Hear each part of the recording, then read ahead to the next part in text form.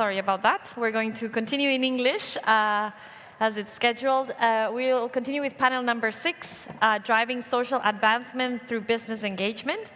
And in this panel, we will examine the critical role corporate policies and responsibilities play in addressing social inequalities and promoting ethical business management. We will bring together corporations, investors, entrepreneurs to share successful strategies to fostering inclusion, diversity, and sustainability with their organizations and their communities. Please welcome to the stage our moderator, Alberto Gutiérrez, CEO and co-founder of Aquaservice. Welcome, Alberto. Thank you for being here and joining us today.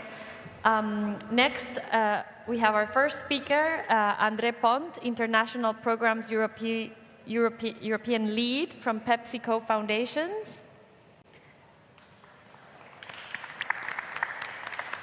I hope I said it right. I said your name right, Andrea. Thank you so much. Belén Viloria, Executive Director from Villar, Spain. Thank you, Belén, for being here. And Rodrigo Villar, founding partner of New Ventures. Welcome, Rodrigo. Thank you for being here. Okay, the floor is yours. Well, thank you so much for being here today in this beautiful place here in the Marina of Valencia at Sesame. Before I introduce the panel, I would like to do a little reflection and what's the objective of this discussion, right? And in today's world, companies not only have the ability, but also the responsibility to positively influence society through practices that promote internal and external inclusion, diversity, and promotion of human rights and sustainability. However, despite progress, social inclusion and equity remain persistent and deeply rooted challenges. This panel will try to examine how different actors, from corporations to investors and entrepreneurs, can address these challenges, share successful experiences, and define effective strategies to scale solutions. We have a very diverse, broad representation from many different actors. Andrea, who represents PepsiCo, a very large organization.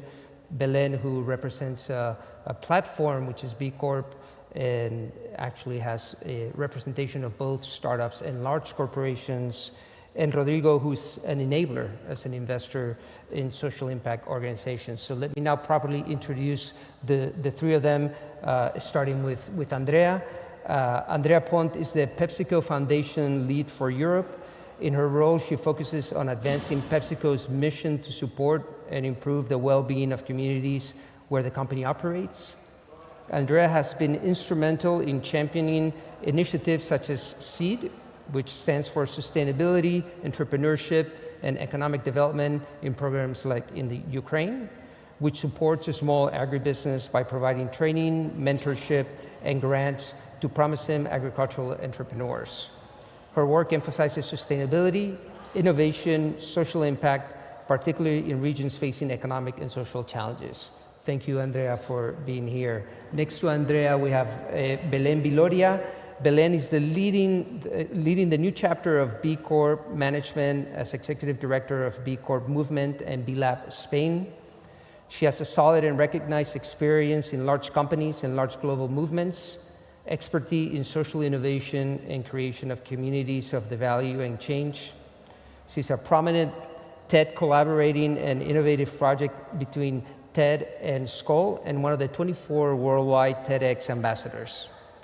A climate reality leader of the Climate Reality Project led by Al Gore, member of the advisory board of the AEICE, Efficient Habitat, and the advisory board of the Tramontana Institute.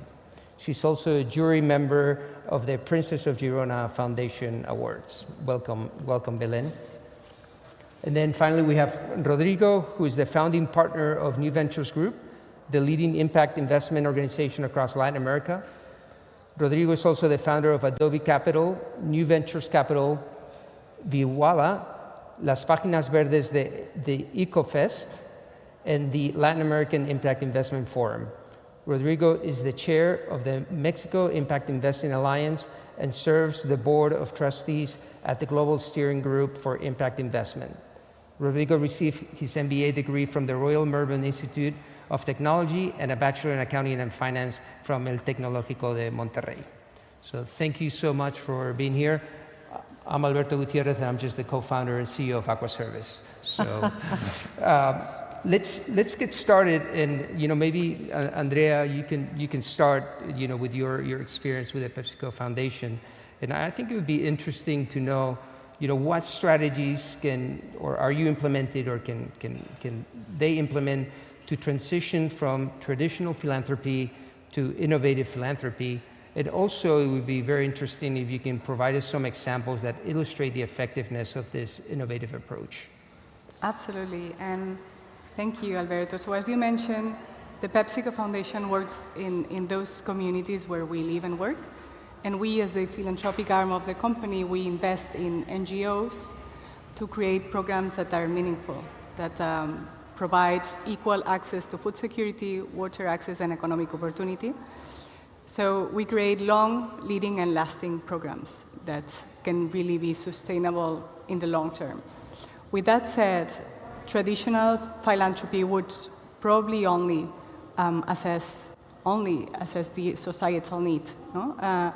With innovative philanthropy, we find that we cannot be alone in this space. So there are three things that for us are important for innovative philanthropy.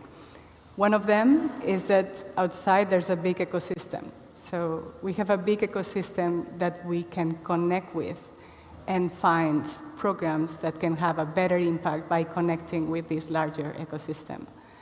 Then secondly, will be the internal stakeholders that we have and the internal programs that we can have at the foundation.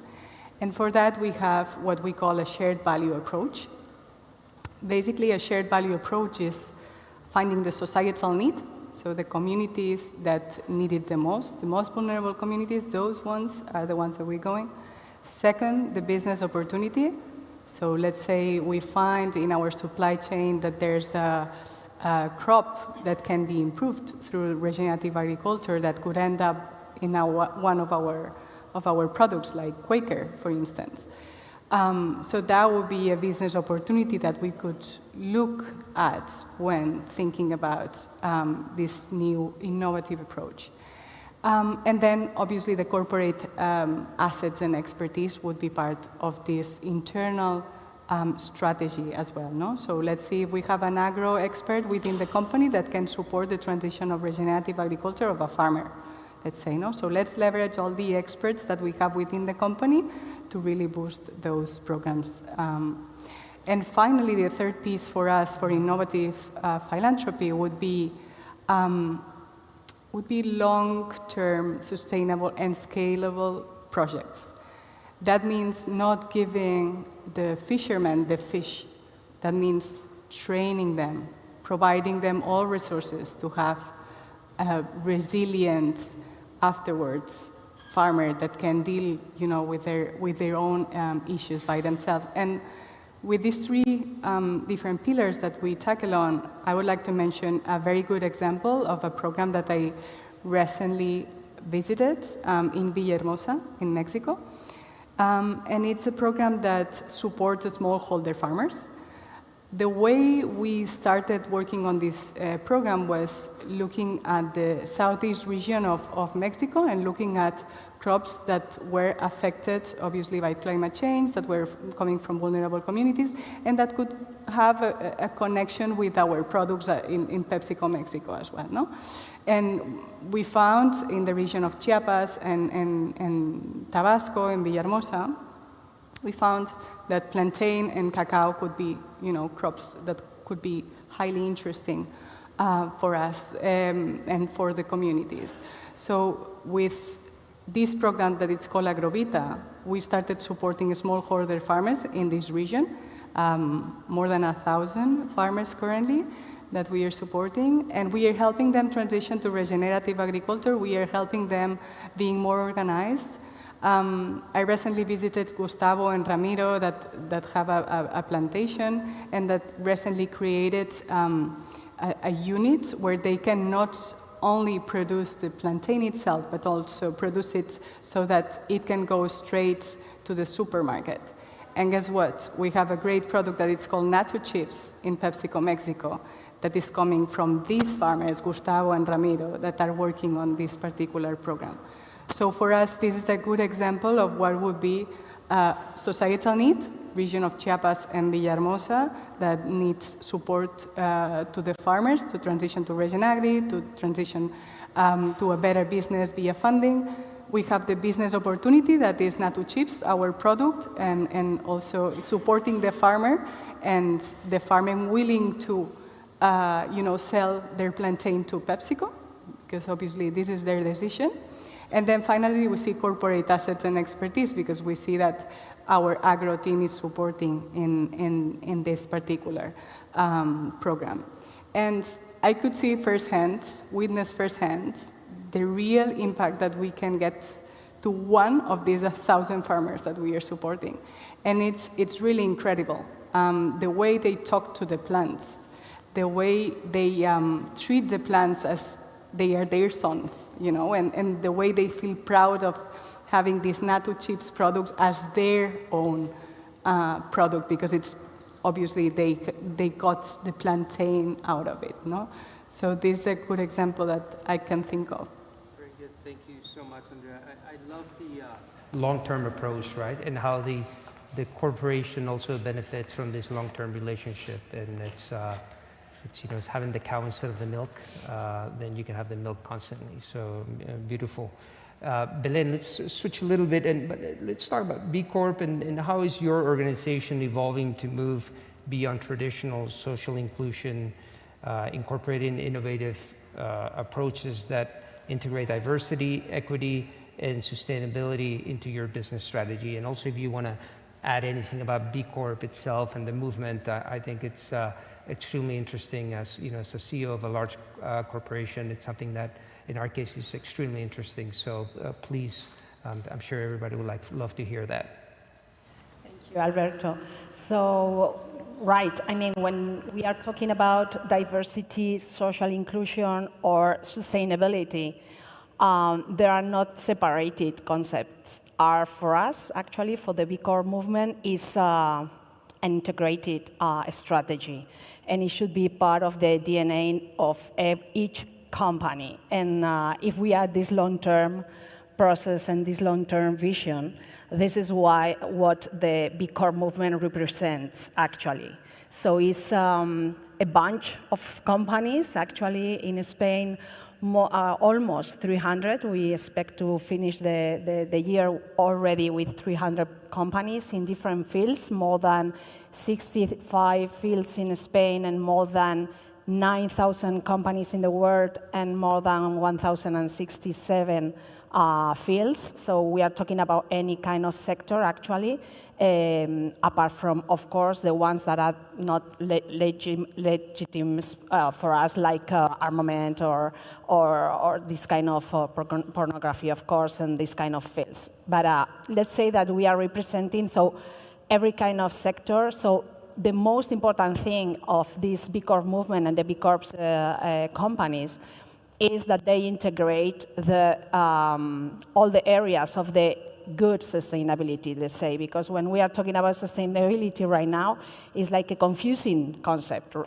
nowadays. So there are people that is confusing this with the greenwashing, just the environmental impact.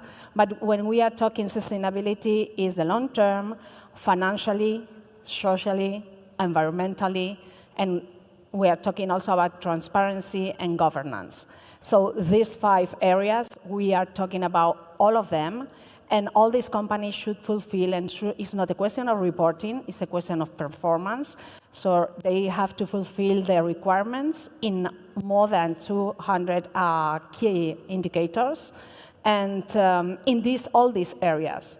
But it's not only this, it's that all these companies are committed with the long term and in a process of continuing improvement, which is no easy, because the kind of transformations that they should have and they should develop. To become a B Corp is one phase, but afterwards they are committing to improve every day, and every 3 years they have to recertificate. So that means that they are in a continuous improvement movement, let's say, which is great. But not only this. For me,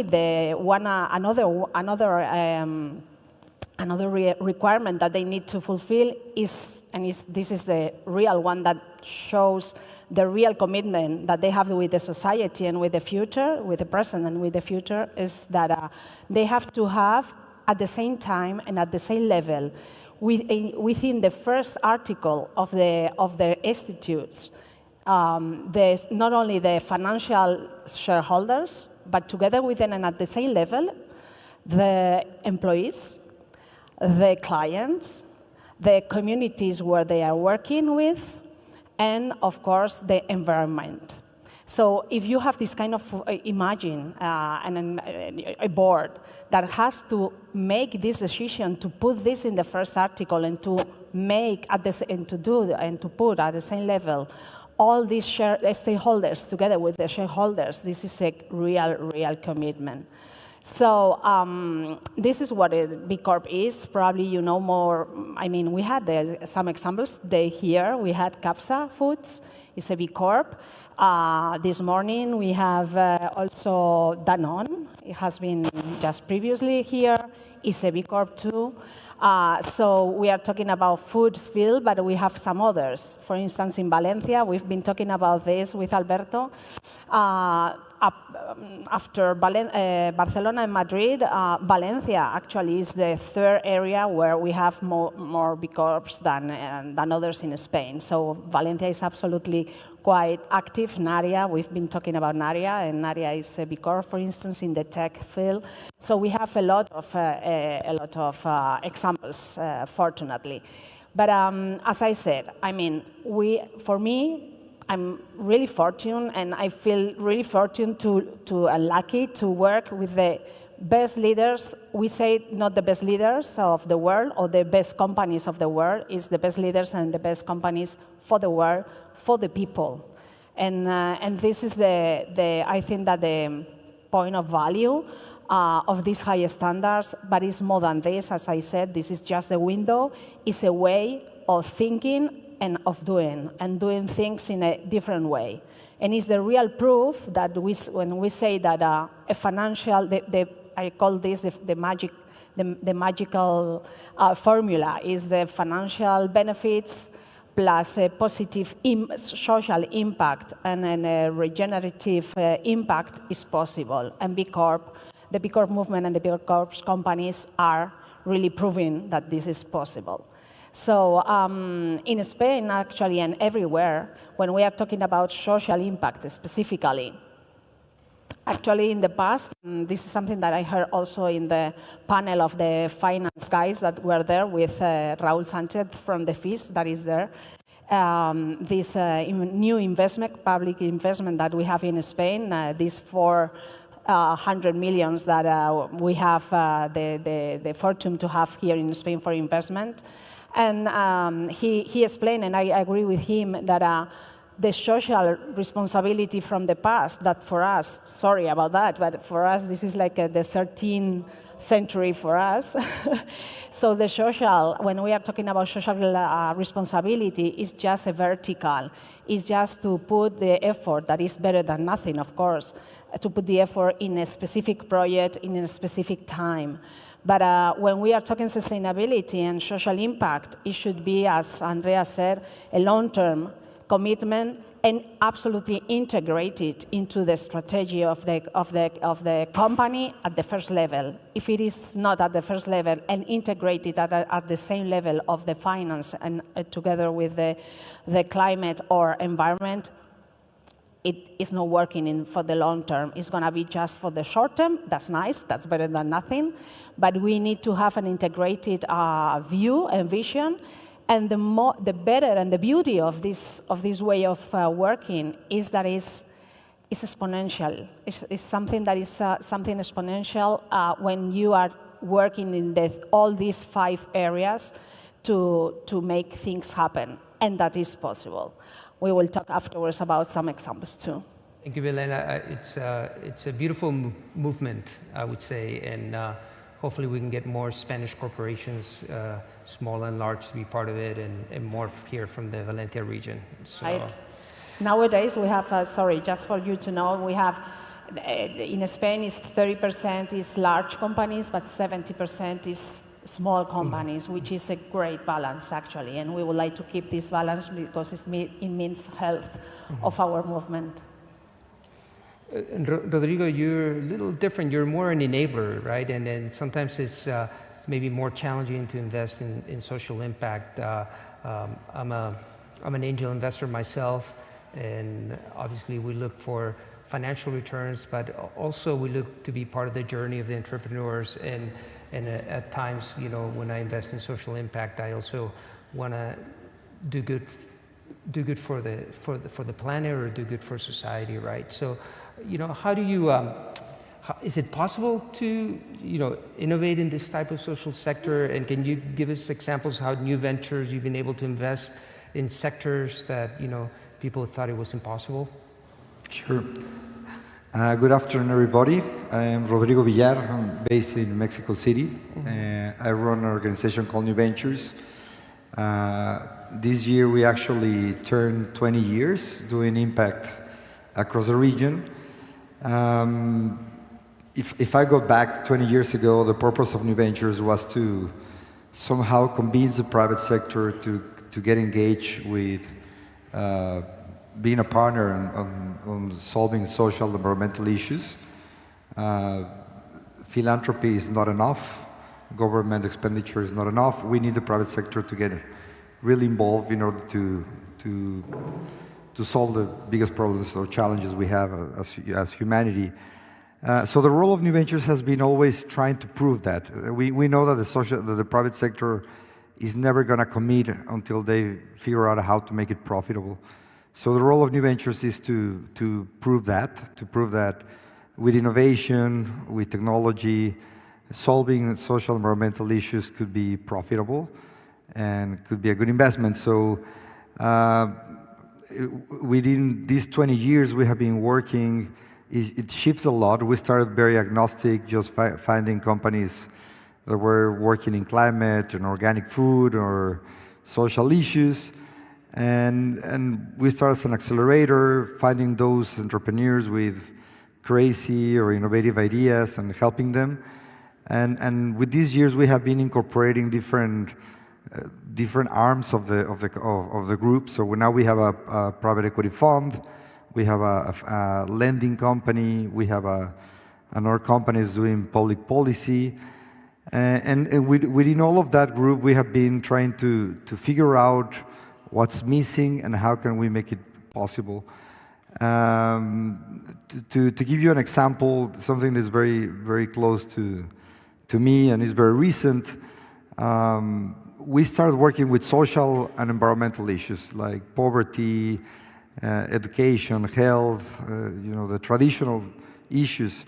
And a couple of years ago, a German foundation came to us and they said, we have been doing philanthropy with diversity and inclusion, working with transgender communities, trying to support them with like very traditional philanthropy.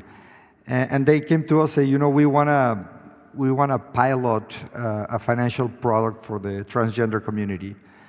And for New Ventures was like something really different because we were more used to, in Latin America, we have bigger issues. We have, education, health, hunger, but at the end we figured out that it was like a community that was suffering, it's vulnerable, and we felt they needed help in terms of this. So we partnered with this German foundation trying to understand what was going on, trying to understand what was missing there, what was why this community wasn't able to get financial products or to create new businesses.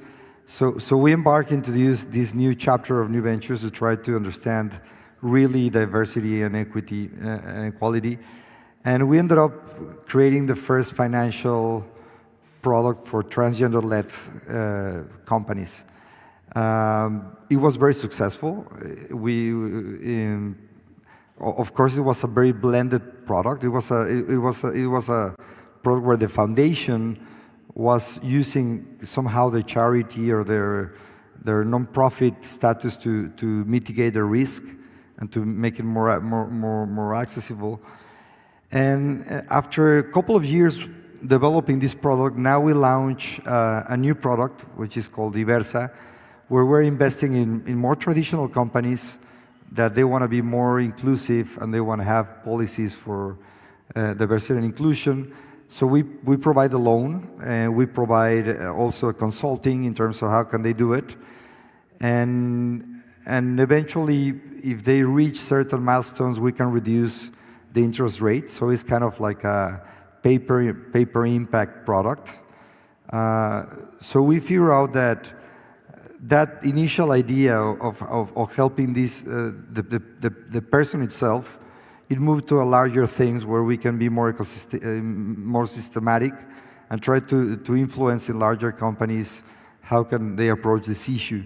So that very small pilot now turned into a $10 million product that we have resources to invest in companies that want to move into this issue. And something interesting about that product is that now we have another project with the Hilton Foundation when we embark to a similar project, but it's focused on employability. So now we have like another $7 million to invest in companies that they want to improve their employability policies, where they're hiring single moms or disabled people. And if they reach their certain milestones, we can reduce the interest rate.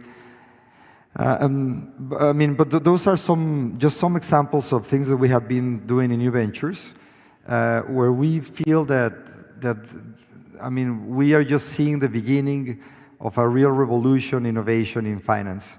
Usually we have been kind of educated that finance should be some way, and nobody is willing to take the risk and figure out how to break some rules, how to change the things. But there's a very large space to keep innovating in the way we can provide finance. And we need to do that, because when we look back into the entrepreneurship, impact investment sector, the first thing you will see is that most of the companies will not be candidates for impact investing as a traditional way. But it doesn't mean that there are bad companies. It doesn't mean that they're not growing. It doesn't mean they're not scaling. So there's a big need to keep innovating and finding different solutions, and that's where corporates, organizations like B Corp can be very amazing partners to keep on innovating. And I believe there's still a very large room to figure out how to bring the benefits of the private sector to the social sector. Very interesting. I think sometimes there's this misconception that impact is non-profit, and if you don't have profit, you cannot impact. So I think that mindset needs to change a little bit. You talk about strategic alliances. We have very little time, but I would like to, for you guys to just wrap up, give us some example. You talk about ecosystem, but can you give us some example about strategic alliances, what you do at PepsiCo, same as with B Corp? So 1 minute each. Okay. So in the case of Agrovita, this program that supports smallholder farmers in the region of Southeast Mexico, we partnered with Walmart Foundation, TechnoServe and Proforest as the NGO, so that we can address a larger population of beneficiaries. That's an example. Then we have another program in India that it's called Bowl of Growth. It's in the region of Pune and Maharashtra.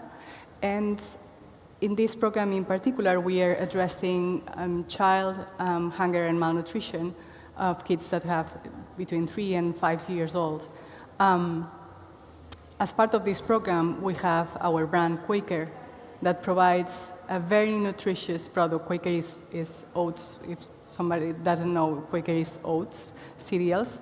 And we created this supplement for kids so that we can support this malnutrition in the region of Pune.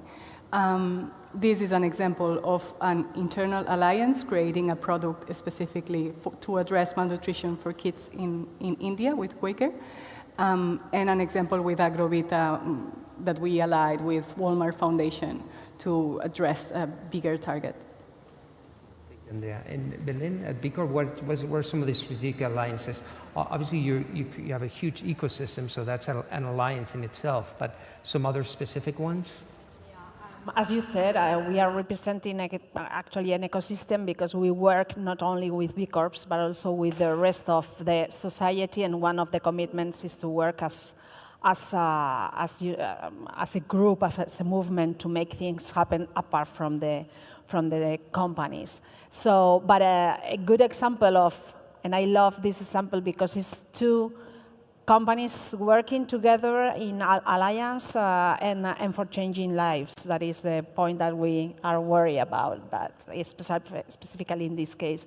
And I will put the example of Isdin, very well-known company, dermatology in field, and Chiesi. Chiesi is a pharmaceutical one, and they join, both of them are B Corps, and how instead of competing in some of the fields, what they are doing is to work together. So the beauty of the movement is that even the competitors, or the ones that are dealing and competing for some fields, they are working together for a better world for people. And in this case, what they are doing is to join the efforts, specifically for a collective that nobody is looking at this collective, which is the people that is suffering and is a patient of transplants.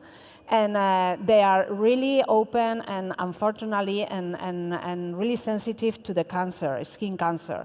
So they are both together working hard for preventing the skin cancer of this collective that nobody else before that has really taken care of them. So how to compete, even how to deal and to build a great alliance, even being competitors. For me, this is one of the beauties that we have to learn a lot from them.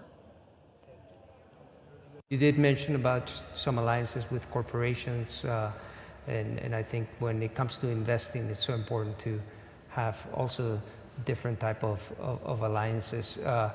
Unfortunately, we ran out of time. We ran out of time already. I would love to talk about other things that I think are very important, like leadership, and how important is the leadership in terms of, making organizations very impactful. And there's many other interesting topics, but this is the time we have, and we thank you so much for your time, and also for your time for being here today. So thank you so much.